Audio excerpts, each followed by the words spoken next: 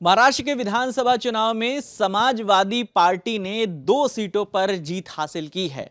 पहली सीट है मानखुर्द शिवाजी नगर और दूसरी सीट है भिवंडी ईस्ट।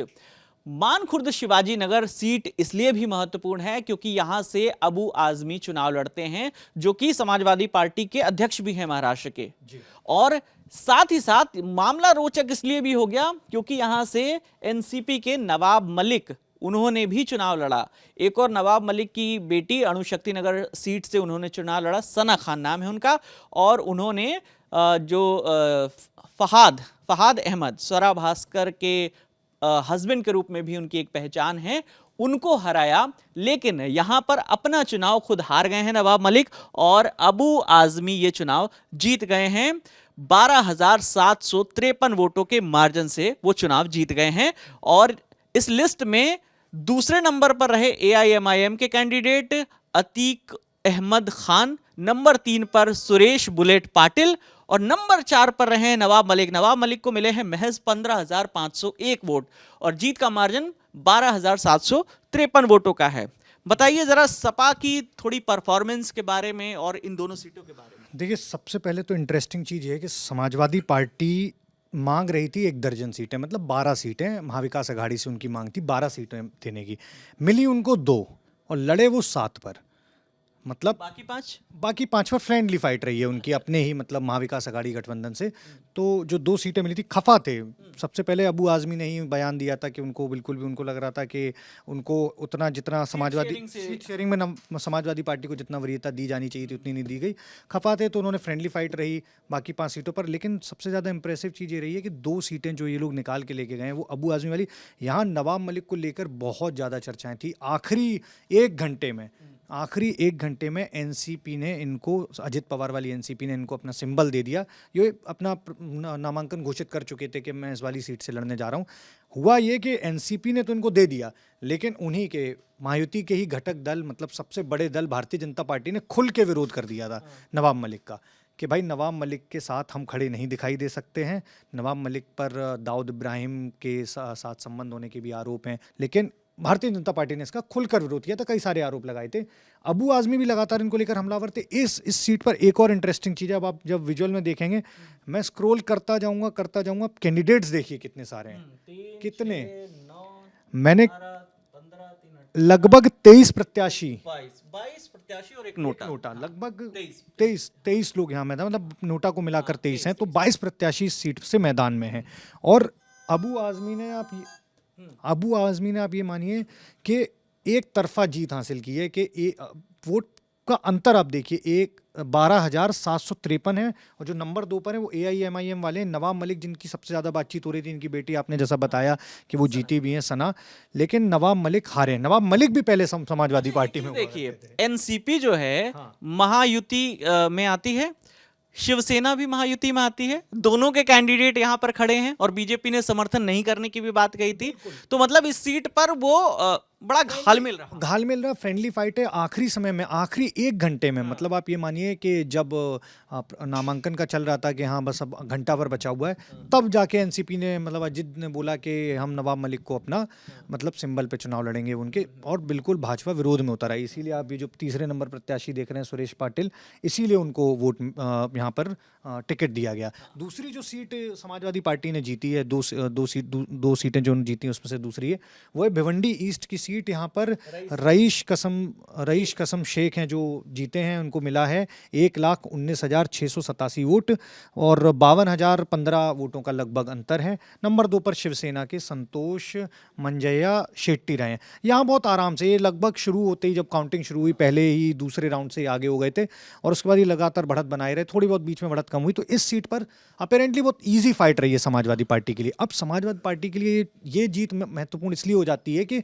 वो एक पॉइंट मेक करना चाहते थे। जब वो 12 सीटों की डिमांड कर रहे थे तो उनका ये कहना था कि जिस रीजन में, जैसे मुंबई की कुछ सीटें हो गई और नॉर्थ महाराष्ट्र का जो इलाका है, वहाँ पर कुछ ऐसी सीटें थी जहाँ पर उनको लगता था कि वो मजबूत हैं और उनको ज़्यादा से ज़्यादा सीटें मिलनी चाहिए, पर गठबंधन में उनकी बात नहीं मानी गई, उनको केवल 2 सीटें नहीं। मैं बता देता हूँ आपको किन किन सीटों से उन्होंने प्रत्याशी उतारे थे। भिवंडी ईस्ट से, और भिवंडी की वेस्ट सीट से भी उन्होंने, और तुलजापुर से उतारा था, परंदा, औरंगाबाद ईस्ट से उतारा था, मालेगांव सेंट्रल से, धुले सीट से। ये आप जो मैं बता रहा हूँ धुले, मालेगांव, ये सब ऊपर नॉर्थ महाराष्ट्र का इलाका है और यहाँ पर समाजवादी पार्टी का अच्छा खासा वोट शेयर है और समाजवादी पार्टी इसी को लगातार क्लेम करती रही। अखिलेश यादव भी क्लेम करते रहे, अबू आज़मी भी इसको लेकर काफ़ी मुखर रहे हैं और अबू आज़मी की एक पहचान जो है वो ये भी है, अबू आज़मी की पहचान कह लें या फिर एक अबू आज़मी पॉपुलर की नहीं, एक कनेक्शन है उनका कनेक्शन है बॉलीवुड से। एक पॉपुलर, हाँ, क्योंकि उनके बेटे, उनकी बहू है आयशा टाकिया। आयशा टाकिया उनकी बहू हैं और आप इसको अबू आज़मी की पहचान नहीं कहेंगे, आप कहेंगे कि एक रिलेशन है इस तरह से, बॉलीवुड से कनेक्शन है। बॉलीवुड से कनेक्शन है, एक चर्चित